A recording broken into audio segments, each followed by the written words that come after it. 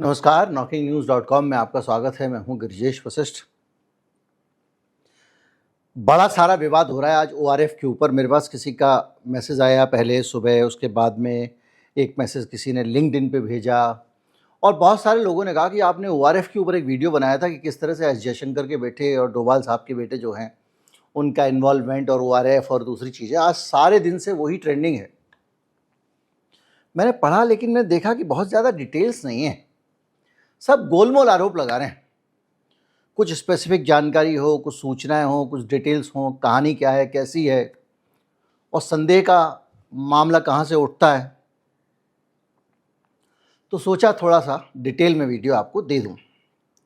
ये वीडियो आपको बताएगी कि किस तरह से मेरे देश की सरकार, मोदी जी कम चला रहे हैं, बाहर के लोग ज़्यादा चला रहे हैं, तमाम तरह के रैकेट हैं, तमाम तरह की चीज़ें हैं, वो सारे मिलके इस सरकार को कंट्रोल किए हुए हैं। कुछ आरोप पुष्ट हैं, कुछ अपुष्ट हैं, क्योंकि बहुत सारे आरोप ऐसे हैं उनकी पुष्टि आप कहीं से भी नहीं ला सकते, तो इसलिए उनको आप संदेह में लेके ही चलें। धीरे धीरे बढ़ते हैं। सबसे पहले तो ये ओआरएफ है क्या भला? ओआरएफ है मतलब ऑब्जर्वर रिसर्च फाउंडेशन। ये क्या है? ऑब्जर्वर एक अखबार होता था अंबानी ग्रुप का। उसी अखबार के टाइम पे उससे जुड़ा हुआ उन्होंने एक बीपीओ था, बिजनेस एंड पॉलिटिकल ऑब्जर्वर, और एक संडे ऑब्जर्वर था, वीकली अखबार था, हिंदी अंग्रेजी दोनों में आता था।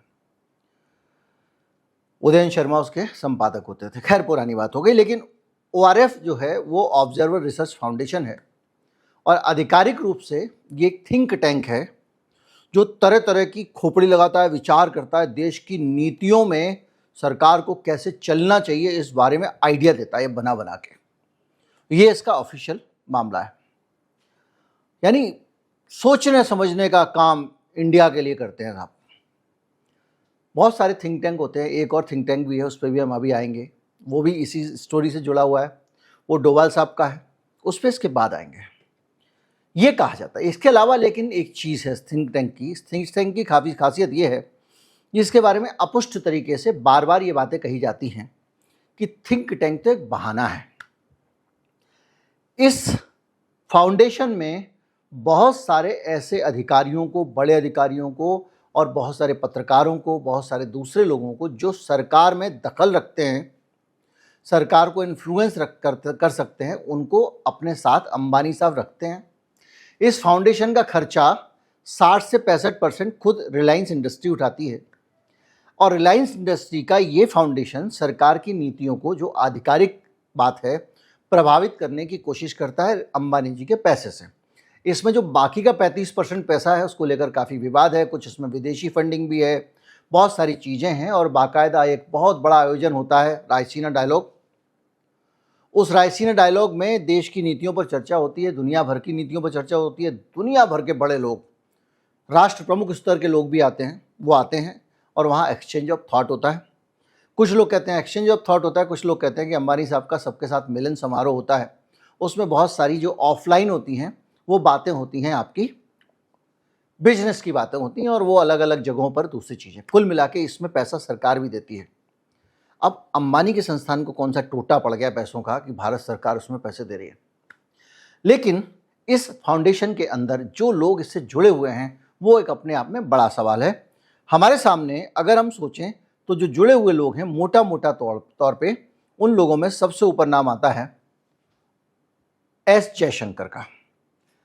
एस जयशंकर बाकायदा ओआरएफ के एडवाइज़र रहे हैं और इनका ये जो रायसीना डायलॉग होता है इसके आयोजन से भी जुड़े रहे हैं और लगातार अंबानी साहब के लिए वो विदेशी मामलों में, दूसरे मामलों में ऐसा समझा जाता है कि वो लॉबिंग का काम करते रहे या कहें कि पॉलिसी इन्फ्लुएंस करने का काम करते रहे। और कोई सकारात्मक अच्छा शब्द होता हो तो उसको बोल रहे हम क्यों बोलें कि वो जो भी है, बोलने वाले तो ट्विटर पे कोई दलाल लिख रहा है, कोई कुछ लिख रहा है, हम उसमें विश्वास नहीं रखते।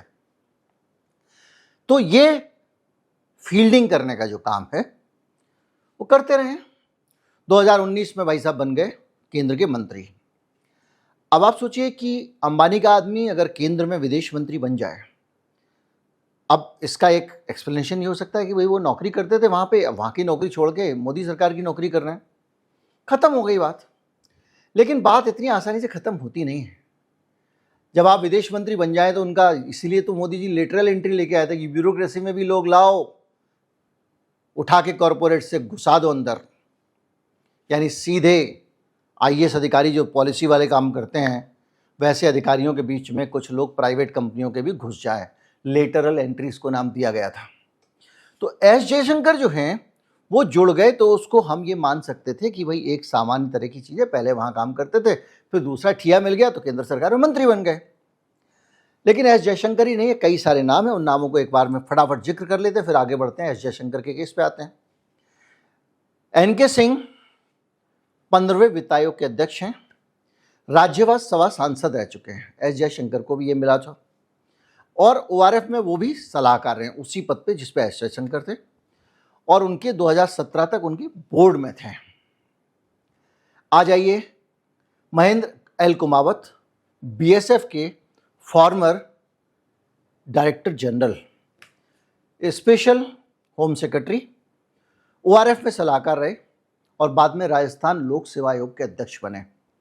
यानी भारत सरकार के बड़े पदों से आए, अंबानी साहब के यहाँ काम किया और चले गए। अब मैं इनके साथ साथ विक्रम सूद रॉ के पूर्व चीफ रहे हैं, ओआरएफ के सलाहकार, अब वो सलाहकार के तौर पे इन्होंने काम किया है। साथ साथ जैसे जेएम मॉस्कर पूर्व नौकरशाह ओएनजीसी के बोर्ड में, अब टीवी राजेश्वर पूर्व आईबी चीफ, और ये सब लोग जो हैं वहाँ पर इन सब से जुड़े रहे।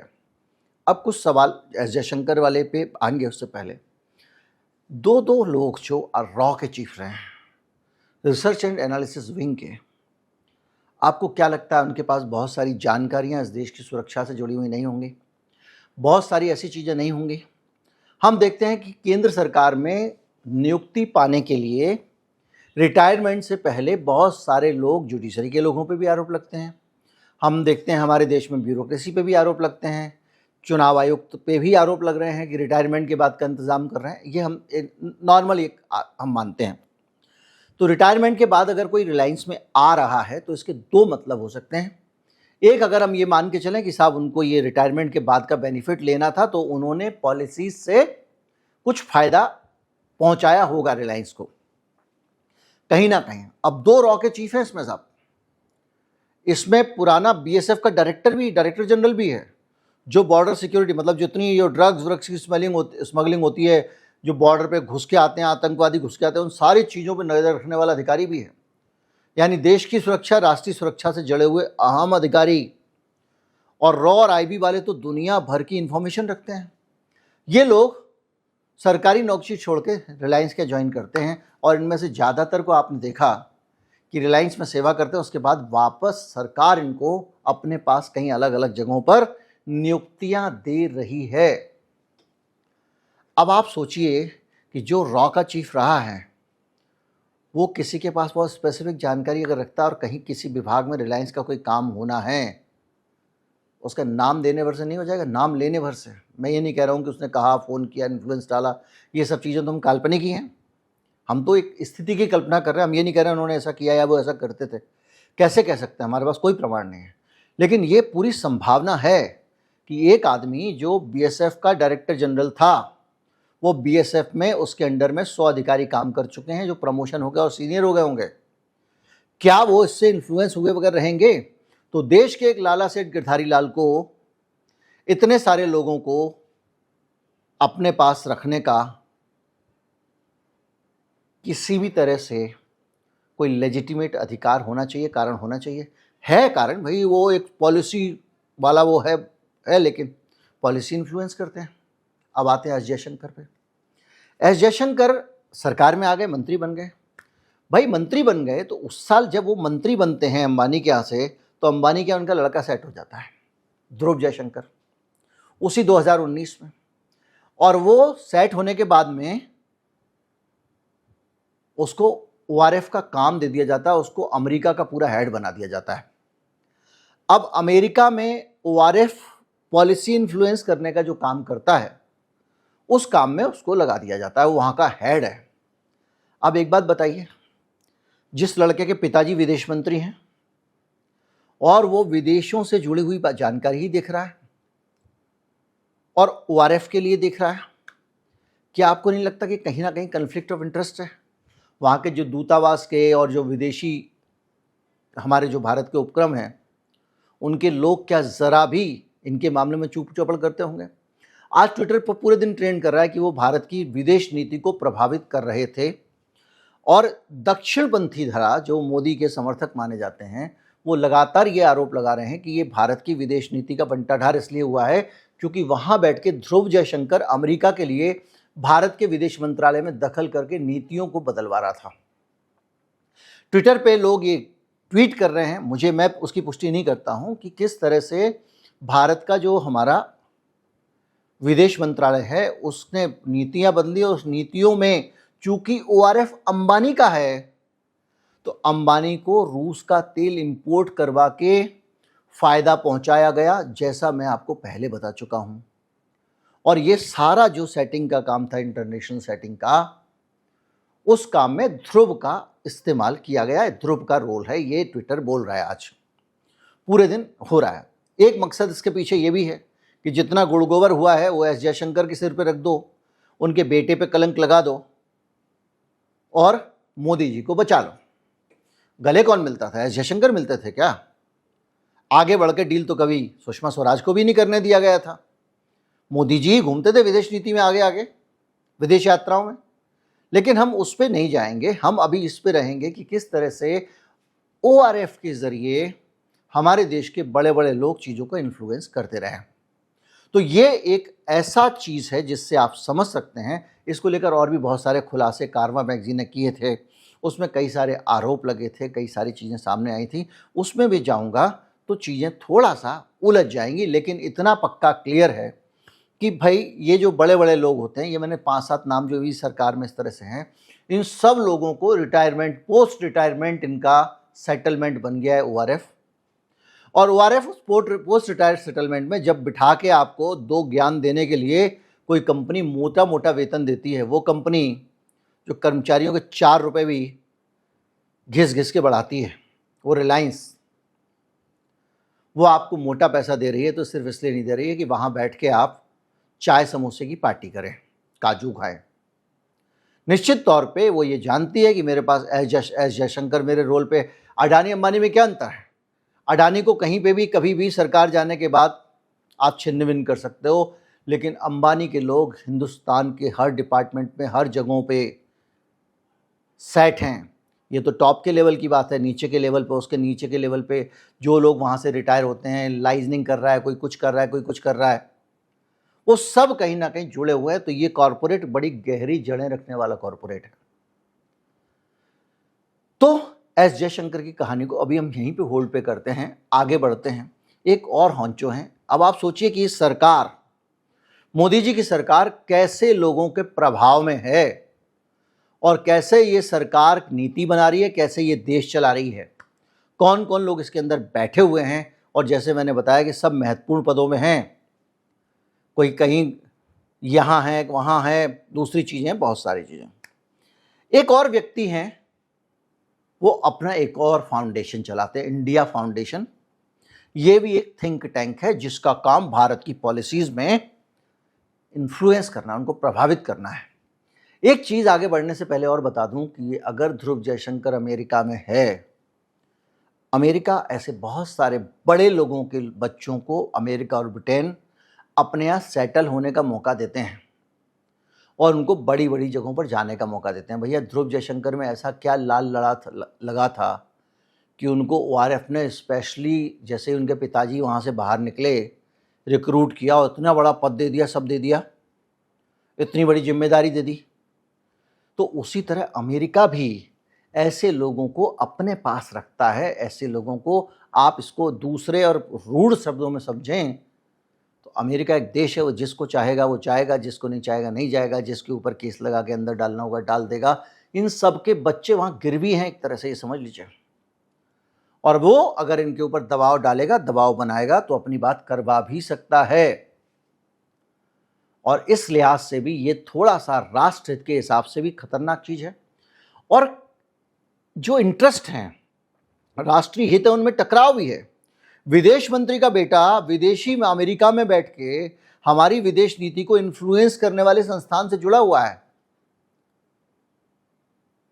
तो हम क्या मान लें कि बिल्कुल दोनों के बीच में एकदम कोई बातचीत नहीं होती होगी? नमक का दरोगा टाइप के हमारे विदेश मंत्री जी, या फिर देश के हित कहीं ना कहीं प्रभावित हो रहे हैं? दूसरे व्यक्ति पे आते हैं, उनका नाम है अजित डोभाल। पूर्व आईएएस अधिकारी, लंबे समय तक काम करने वाले राष्ट्रीय सुरक्षा सलाहकार हैं, 2014 से अभी तक किए ही जा रहे हैं। आईबी के डायरेक्टर रहे हैं और इसके अलावा उन्होंने पुरानी हाईजैकिंग IC 814 की, सर्जिकल स्ट्राइक, ब्लैक थंडर, तमाम सारे काम कर रहे हैं। और 2009 में उन्होंने विवेकानंद इंटरनेशनल फाउंडेशन बनाया, जो राष्ट्रीय सुरक्षा पे थिंक टैंक है, नेशनल सिक्योरिटी, एक और थिंक टैंक। इस थिंक टैंक का काम बहुत सारी तरह से सरकार की नीतियों को इन्फ्लुएंस करना है। उनके 2 बेटे हैं, शौर्य और विवेक डोभाल। इन पर आरोप लगे हैं कि उन्होंने अपने पिता के प्रभाव का इस्तेमाल किया और फायदा उठाया। कारवा मैगजीन में 2019 में इस पे एक लेख लिखा। अब इन बेटों पे आते हैं। एक बेटा कितना होनहार रहा होगा कि क्या, और या उनके पिताजी का इन्फ्लुएंस रहा होगा कि उत्तराखंड के पौड़ी गढ़वाल से उसको लोकसभा का टिकट दे दिया बीजेपी ने। आप कल्पना कर लें कि डोभाल साहब का कितना इन्फ्लुएंस है, और डोभाल साहब का इन्फ्लुएंस है, डोभाल साहब के बेटों का डोभाल साहब पे इन्फ्लुएंस ना हो, इससे इनकार किया ही नहीं जा सकता। इंडिया फाउंडेशन का जो असर है, 2018 में इकोनॉमिक टाइम्स की रिपोर्ट, 2019 में कारवा की रिपोर्ट के मुताबिक मोदी सरकार की नीतियों पर वो सीधे प्रभाव डालता है। वो एक तरह का क्वासी नेशनल एडवाइजरी काउंसिल है, भारत सरकार को सलाह देने वाली ऐसी संस्था है जिसको भारत की अपनी नेशनल एडवाइजरी काउंसिल है, उसकी भी भले ही ना सुनते हो, उसकी जरूर सुनते हैं। और उस तरह से ये अपने आप में हित के टकराव का मामला है, क्योंकि निर्मला सीतारमण जो देश के वित्त मंत्री हैं, वो कभी इसके डायरेक्टर रही हैं। एक प्राइवेट फाउंडेशन की डायरेक्टर वित्त मंत्री बनती है। इनकी बहुत सारी चीज़ों को देखें तो 2017 में उत्तराखंड बीजेपी की कार्यकारी समिति में शौर्य, बड़ा बेटा, छोटा नहीं, बड़ा बेटा, राजनीति में शामिल हुआ। 19 के लोकसभा चुनाव में उसे पौड़ी गढ़वाल से टिकट मिला, उसके सार्वजनिक कार्यक्रम भी हुआ। शौर्य डोभाल, बड़ा बेटा। आगे बताएंगे शौर्य डोभाल की क्या सीन है, अभी क्या सिचुएशन है, उसका क्या इन्फ्लुएंसर और क्या काम करता है। बहुत सारी लॉबिंग और ऐसी फंडिंग के लिए उसके ऊपर आरोप लगे हैं जो अपारदर्शी है, जिस फंडिंग को आप नहीं जान सकते। द वायर ने 2017 में दावा किया कि ये थिंक टैंक सरकार की नीतियों को प्रभावित करता है। और शौर्य के सऊदी में एक बिजनेस पार्टनर हैं सैयद अली अब्बास। कई जगहों पर आरोप लगा कि सैयद अली अब्बास पाकिस्तानी है, तो ट्वीट भी किया गया। तो कई नेताओं ने ये कहा कि पाकिस्तान के साथ में डोभाल साहब के बेटे का कारोबार है, तो मतलब ये तो राष्ट्रीय सुरक्षा से जुड़ा हुआ मामला हो गया। लेकिन इस आदमी की नागरिकता पाकिस्तानी है, इसको कोई कंफर्म नहीं कर पाया, तो इसीलिए इन्होंने मानहानि का मुकदमा किया कारवा मैगजीन पे। जयराम रमेश ने तो माफ़ी मांग ली तुरंत इस पे। कारवा लेकिन मुकदमा लड़ रहा है अभी तक। इसमें बहुत सारी चीज़ें हैं। इसमें द डी कंपनीज में शौर्य और विवेक के कारोबारों और उनकी बहुत सारी चीज़ों का जिक्र है। अब कारोबार में क्या है, द कारवा ने दावा किया कि एक कंपनी है GNY एशिया, उसका कैमल आइलैंड में अपना एक दफ्तर रजिस्टर्ड है। अब आते हैं छोटे बेटे पे। शौर्य को यहीं छोड़ते हैं थोड़ी देर के लिए। GNY एशिया करके कंपनी है उनकी, विवेक डोभाल की। वो अजीत डोभाल के छोटे बेटे हैं, चार्टर्ड फाइनेंस एनालिस्ट हैं और सिंगापुर में रहते हैं। कई इंटरनेशनल कंपनियों के अकाउंट उनको मिल जाते हैं काम करने के लिए। और उन्होंने एक हेज फंड बनाया GNY। हेज फंड क्या होता है आप अच्छी तरह से जानते हैं। जो बड़े इन्वेस्टर्स होते हैं वो, ऐसे हमारा म्यूचुअल फंड होता है, जो बड़े बड़े लोगों का जो मोटा पैसा लगता है, उस पैसे को लगा के वो एक साथ इन्वेस्टमेंट करते हैं और उसमें ये मकसद होता है कि लोगों को ज़्यादा आमदनी होती है हेज फंड के ज़रिए, क्योंकि बड़ा एक तरह से वो अब शेयर बाज़ार में सब अलाउड है तो उसके बारे में बात नहीं करेंगे। और कैमल आइलैंड में उन्होंने एक कंपनी शुरू की जिसका नाम था GNY एशिया। इस कंपनी के साथ ही बहुत सारे संदेह खड़े हो जाते हैं। GNY एशिया कब शुरू की गई? GNY एशिया शुरू की गई नोटबंदी के ऐलान के 13 दिन बाद। 13 दिन बाद अजित डोभाल के बेटे की एक कंपनी कैमल आइलैंड में शुरू होती है। कैमल आइलैंड में शुरू होती है तो इसमें कौन सी बड़ी बात है? कैमल आइलैंड के बारे में एक बड़ी संदिग्ध बात है। जैसे अगर आपकी कैमल आइलैंड में कंपनी है तो कोई जान नहीं सकता कि वो आपकी कंपनी है, पहली चीज। दूसरा, उस कंपनी में पैसे का जो लेन देन होगा उस पर ज्यादा टैक्स भी नहीं लगता है। तो माना यह जाता है कि हमारे भारत के जो चोर लोग हैं, भ्रष्ट अफसर हैं, देशद्रोही भ्रष्ट अधिकारी, वो सारे लोग अपना पैसा ठिकाना लगाने के लिए कैमल आइलैंड में कंपनियां बना लेते हैं और यहां से पैसा उन कंपनियों में इन्वेस्टमेंट के नाम पे या उन कंपनियों के जरिए सस्ता माल वो कंपनियां महंगे में बेचती हैं, यहां से नंबर 2 का पैसा। मैं ऐसे समझाता हूं, मैं एक अधिकारी हूं, महाभ्रष्ट सिंह मेरा नाम है। महाभ्रष्ट सिंह को किसी से डील हुई और मेरे को उस कंपनी ने कहा कि मैं आपको 200 करोड़ रुपया दूंगा। अब मैं बंडारू लक्ष्मण तो हूं नहीं जो गड्डी में 200 करोड़ रुपया लूंगा, तो क्या करूं? मैं उस कंपनी को कहूंगा भाई 200 करोड़ रुपया ये कैमल आइलैंड की कंपनी है इसके पास पहुंचा दे। अब कैसे पहुंचाएगा, तेरी प्रॉब्लम है। हवाला के जरिए पहुंचाना, हवाला से पहुंचा दे, इस कंपनी में पहुंचा दे। उस कंपनी का नाम मान लीजिए भ्रष्ट सिंह की कंपनी है BS, मान लीजिए। अब उस कंपनी में इसने पैसा पहुंचाया, उसके कई तरीके हो सकते हैं। एक तो उसने उठाया सीधा पैसा वहां भेज दिया और कह दिया कि साहब हमारी डील हुई, हम पेमेंट करें। दूसरा ये कि वो 2 रुपए वाला पेन वहां से इनको 2 करोड़ में बेचे और ये उसको दे दे, या कोई 50 करोड़ वाली, 25 करोड़ वाली, 20 करोड़ वाली चीज़, आमतौर पे सॉफ्टवेयर वगैरह में ये बहुत हो जाता है, वो खरीद ले और 200 करोड़ ट्रांसफर कर दे। मेरी कंपनी में 200 करोड़ गया, मैंने साइन कर दिया इसका। अब वो 200 करोड़ गया, वो मेरी कंपनी में नहीं गया, मैं इतना उल्लू नहीं हूं कि अपनी कंपनी में सीधे लूंगा। वो एक कोई और कंपनी है उसमें ले लिया मैंने, और उसके बाद वो 200 करोड़ की कंपनी मैंने 20 करोड़ में खरीद ली और वो 200 करोड़ रुपए मेरे पास आ गए। अभी मेरे उस कंपनी के बीच में वो सस्ता बेच रहा है, महंगा बेच रहा है, लेकिन और कंपनी किसकी है, उसमें कौन डायरेक्टर है, आप पता ही नहीं कर सकते क्योंकि कंपनी कैमन आइलैंड में है। तो ऐसा जो चोरी भ्रष्टाचार का भारत का पैसा वहां बहुत सारा जाता है। कैमन आइलैंड इसके लिए सर्टिफाइड है। आप Panama papers, Pandora papers leak को पढ़ लीजिए, उसमें बहुत सारी इस तरह की जानकारियां, भारत के बहुत सारे चोर लोगों का पैसा वहां पे पाया गया और बहुत सारे साहूकारों के नाम भी उसमें आए हैं, कथित साहूकार। अमिताभ बच्चन से लेकर ऐश्वर्या राय से लेकर अनिल अंबानी से लेकर अनेक नाम उसमें आए हैं, जो कैमल आइलैंड के अंदर ब्लैक की वाइट करने वाली इस तरह की कंपनियां चलाते थे। जो भी है, नवाज शरीफ का भी नाम आया था, उसकी तो नौकरी गई, अभी तक नहीं मिली है, लेकिन यहाँ मोदी सरकार थी, इसने सब सेट कर दिया। 2 खुलासे हो चुके हैं, कुछ पता नहीं होगा, लेकिन ये 2 खुलासे हो गए, बाकी का तो कुछ पता नहीं हमको। शौर्य डोभाल का, इसमें माफ कीजिए विवेक डोभाल का इसमें कोई खुलासा नहीं था, लेकिन विवेक डोभाल ने कैमन आइलैंड में कंपनी खोली, नोटबंदी के बाद खोली, उस देश में खोली जिसमें इस देश का काला पैसा लोग ले जाते हैं। और वो कंपनी जो खोली है वो काम क्या करती है, किस आदमी की है? वो काम करती है पैसे को इन्वेस्ट करने का, शेयर मार्केट में, हेज फंड है उस आदमी का। अब मुझे ये बताइए, मैं विवेक डोभाल के हेज फंड में 200 करोड़ रुपए लगाने को तैयार हूं, उनका एक पार्टनर है, वो सऊदी की रॉयल फैमिली है। आप सोचिए, सऊदी अरेबिया की सरकारी कंपनी उनकी पार्टनर है, और वो कंपनी जो है, वो विवेक डोभाल जो है, वो हमारे देश के राष्ट्रीय सुरक्षा सलाहकार का बेटा है।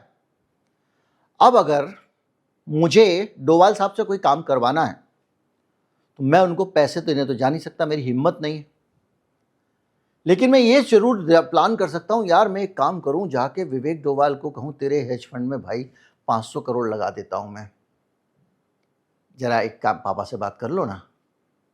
ये मैं सोच सकता हूं, और ऐसा बहुत सारे लोगों ने सोचा होगा। अब वो कामयाब हुए नहीं हुए इस पर मैं कुछ नहीं कह सकता, नहीं तो अगेन फिर माना नहीं है किसी की। तो मैं ऐसा काम क्यों करूं?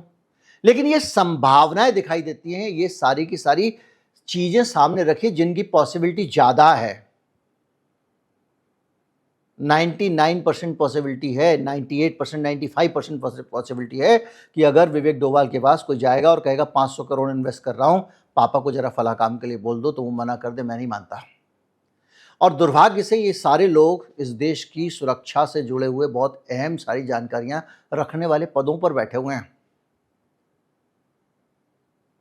ऐसे ही डोभाल साहब के बच्चों को इतना महत्वपूर्ण पद, 11 साल तक डोभाल साहब को राष्ट्रीय सुरक्षा सलाहकार बनाए रखना नहीं होता, बावजूद इसके कि उनके राज्य में ऑपरेशन सिंदूर जैसे विराट इंटेलिजेंस फेलियर हुए, उनके राज्य में पहलगाम हुआ, कोई इंटेलिजेंस इंफॉर्मेशन उनके राज्य में फेल तो हो गया ना, अब हुई होगी, नहीं रही हमको क्या मालूम, लेकिन फेल हो गया।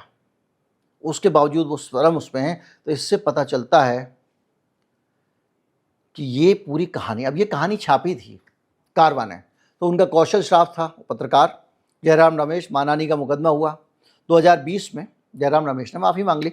आमतौर पर मानहानि के मुकदमों में नेता लोग उलझते नहीं है, माफ़ी मांग के आगे बढ़ो, चाहे केजरीवाल हो चाहे कोई भी हो, सारे नेता सारी पार्टियों के मानते हैं। अभी राहुल गांधी ने भी आरएसएस के मामले में मान ली। कौन उलझेगा, कौन लंबा मुकदमा लड़ेगा, कौन साबित करेगा, खत्म करो। खैर जो भी है, लेकिन आबू धाबी के व्यवसाय एम यूसुफ अली के भतीजे के साथ में, जो मोहम्मद अल्ताफ नाम का, उसके साथ में पार्टनरशिप करना, यूसुफ अली का कांग्रेस बीजेपी दोनों के साथ संबंध रहा है, और सऊदी प्रभाव को आधार मानकर जीएनवाई कंपनी चला के वो आदमी पैसे बना रहा है। तो कुल मिला के जो सारा का सारा मामला है हम अपने आसपास देख रहे हैं, उसमें कुछ चीज़ें मोदी सरकार की हमको साफ दिखाई दे रही हैं, वो अपने आप में चिंतित करने वाली हैं। अंतर्राष्ट्रीय वित्तीय लेन देन, रुपयों का इधर से उधर होना, बहुत ज़्यादा संदिग्ध इंटरनेशनल पैसों का नेक्सस, और उस काम में उन लोगों के फैमिली के लोगों को शामिल होना जो हिंदुस्तान के बहुत महत्वपूर्ण पदों पे हैं। इस देश के विदेश मंत्री का बेटा विदेश नीति से जुड़े हुए काम करता है। इस देश का विदेश मंत्री, इस देश के पुराने आईवी चीफ, बहुत सारे एक ऐसी प्राइवेट कंपनी के एक थिंक टैंक के कर्मचारी रहे हैं, उनके साथी रहे, काम करते रहे हैं, जिसके साथ में देखा जाए तो कन्फ्लिक्ट ऑफ इंटरेस्ट है। तो आज हम जब बात करते हैं कि चीन के साथ में ये हो गया, रूस के साथ में फला हो गया, अब वहाँ बैठ के रूस के अंदर बैठ के एस जयशंकर सफाई दे रहे हैं। आज ही का वीडियो आया, कह रहे हैं कि देखो हमने तो सबसे ज़्यादा तेल तो हम नहीं लेते हैं अमेरिका से, सबसे ज़्यादा गैस तो हम नहीं लेते हैं, ये सब बातें वो कर रहे हैं। सुन लीजिए बयान। Well, I don't want to comment on a person, but let me comment on the subject. We are not the biggest purchasers of Russian oil, that is China. We are not the biggest purchasers of Russian LNG. I'm not sure, but I think that is the European Union. We are not the country which has the biggest trade surge with Russia after 2022. I think there are some countries to the south. We are a country where actually the Americans said for the last few years that we should do everything to stabilize the world energy markets, including buying oil from Russia. Incidentally, we also buy oil from America, and that amount has been increasing. So, quite honestly, we are very perplexed at the logic of the argument that you had referred to. लेकिन एक चीज़ साफ है कि हमारी विदेश नीति को लेकर ये जो बयानात आ रहे हैं, ये बयानात कुछ इशारा कर रहे हैं, और ये पूरी कनेक्टिविटी दिखाई दे रही है। पहले प्राइमा फेसी आपको सर्कमस्टांसेस दिखते हैं, उनकी बात करते हैं आप, परिस्थिति जन्य साक्ष्य तो ये दिख रहे हैं, लेकिन इन साक्ष्यों को आप अंतिम नहीं मान सकते। मैं बार बार आपको कह रहा हूं कि ये साक्ष्य अंतिम नहीं है। जब इनकी जांच होगी तब तथ्यों की चेन ऑफ एविडेंस बनेगी, तब जाके ये चीज़ें सामने आएंगी। और इतने बड़े मामले हैं कि कोई सामने आने की उम्मीद की नहीं जा सकती। कैमल आइलैंड की कंपनी डिटेल थोड़ी निकाल लोगे आप। कुल मिला के अंतर्राष्ट्रीय जुड़ाव, वित्तीय लेन देन, ये तमाम सारी चीज़ें सऊदी जो सरकार है, राजशाही है, उसके परिवार से फंडिंग, ये तमाम सारी चीज़ें यहाँ पर हैं। कोई जवाबदेही नहीं है। एनएसए का पद आरटीआई के दायरे से बाहर है। डोभाल साहब के किसी भी डिपार्टमेंट की जानकारी आप आरटीआई में ले नहीं सकते हो, तो आप जांच करना भी चाहोगे तो नहीं कर पाओगे। इसके साथ साथ बहुत सारी चीज़ें, एस जयशंकर का जिस तरह से ओआरएस से जुड़ना, उसके बाद उनको महत्वपूर्ण पद मिलना, बहुत सारे लोग जो आरएफ के थे उनका सरकार में आना, उनका सरकार में महत्वपूर्ण पदों पे पहुंच जाना, वापस नौकरी छोड़ो, रिटायर हो, ओआरएफ में जाओ, ओआरएफ से सेट हो जाओ वापस। कि जो मोदी सरकार चल रही है, इसकी नीति निर्धारण की प्रक्रिया में कहीं ना कहीं झोल है। बिल ज़्यादा से ज़्यादा आइडिया, बहुत सारी चीज़ें हम समय समय पर चर्चा सुनते रहते हैं कि इन बाहर की जगहों पे, जैसे विवेकानंद फाउंडेशन, ये वो तमाम सारी जगहों पर तय हो रही हैं, वहाँ से सरकार को इन्फ्लुएंस किया जाता है, सरकार उस तरह से चल रही है। ये सब चीज़ें आ रही हैं। इससे हमको पता चलता है कि हम भले ही, हमको नारे, बहुत सारा एंटरटेनमेंट में हमको भले ही डुबा दिया जाए, हम उसमें रहें, हम जोश में रहें, अंगूठा हमारा काम करता रहे, कभी इसकी तरफ रहें, उसकी तरफ रहें, लेकिन जो सरकार का परफॉर्मेंस है, जो काम करने का तरीका है, उस पर संदेह दिखाई देता है। अभी सिर्फ 2 केस स्टडी हैं जो हमने चर्चा की है।